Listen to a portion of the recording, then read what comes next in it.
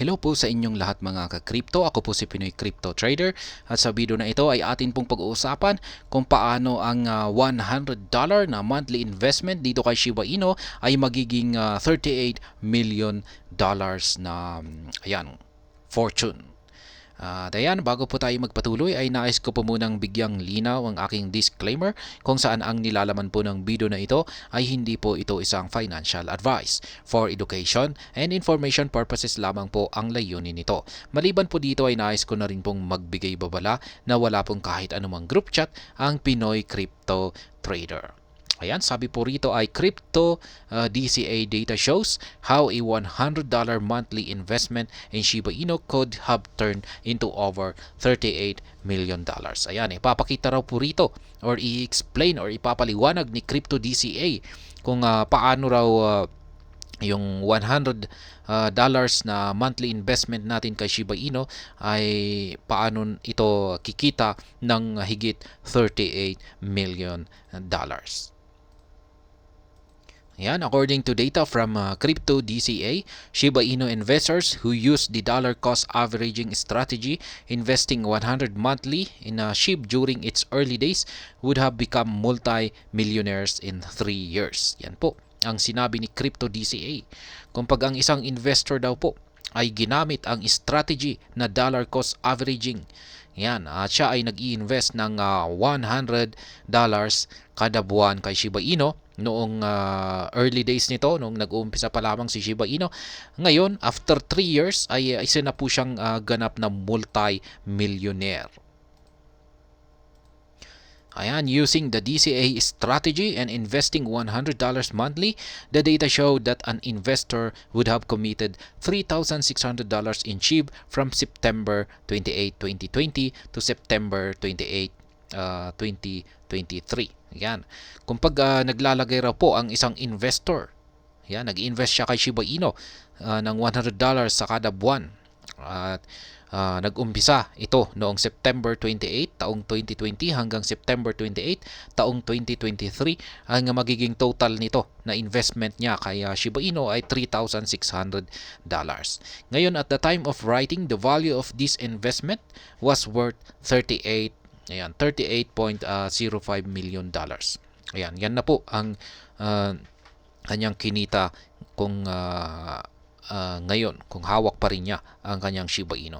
Yan, nasa 1 million% na po yan in the investment value.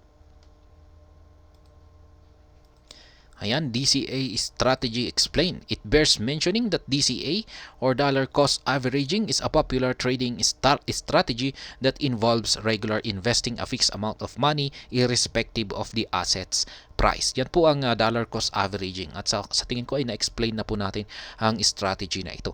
Ito po yung napakasimpleng strategy na kung saan ay bili lamang po tayo ng bili sa fixed na amount ng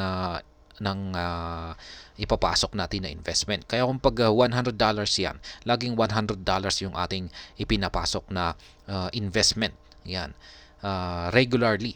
Ayan, mamimili po tayo ng time frame. Pwedeng sa kada buwan, kada linggo, or araw-araw. Ayan. Tayo ay bumibili dyan irrespective of the assets price. Ibig sabihin ay kahit anong price pa nito ay bibili tayo. Yan, the dollar cost averaging strategy is most suitable for long-term investors and not short-term traders. Ayan, totoo po ito. Ang pagda-dollar cost averaging na strategy ay para lamang po ito sa mga long-term na investors. This type of investment cannot be made monthly or quarterly depending on the investor's preference. Ayan, nakadepende po yan sa investor kung ano yung pipiliin mo. Ayan. Kaya pwedeng siguro kung wala kang gaanong oras ay maski once a month, yan lang ang gamitin. Yan yung piliin mo. Yan, monthly yung time frame mo sa pagda-dollar cost averaging. Ayan, famous investors like Warren Buffett and Michael Saylor has been implementing dollar cost averaging. Ayan, gumagamit na rin yung mga sikat na mayayamang tao na ito. Mayayamang mga investors ang mga ito. Kilalang kilala sila sa buong mundo. At maging sila ay gumagamit po sila ng dollar cost averaging na strategy. While Buffett uses dollar cost averaging to invest in stocks, Saylor implements it in accumulating Bitcoin.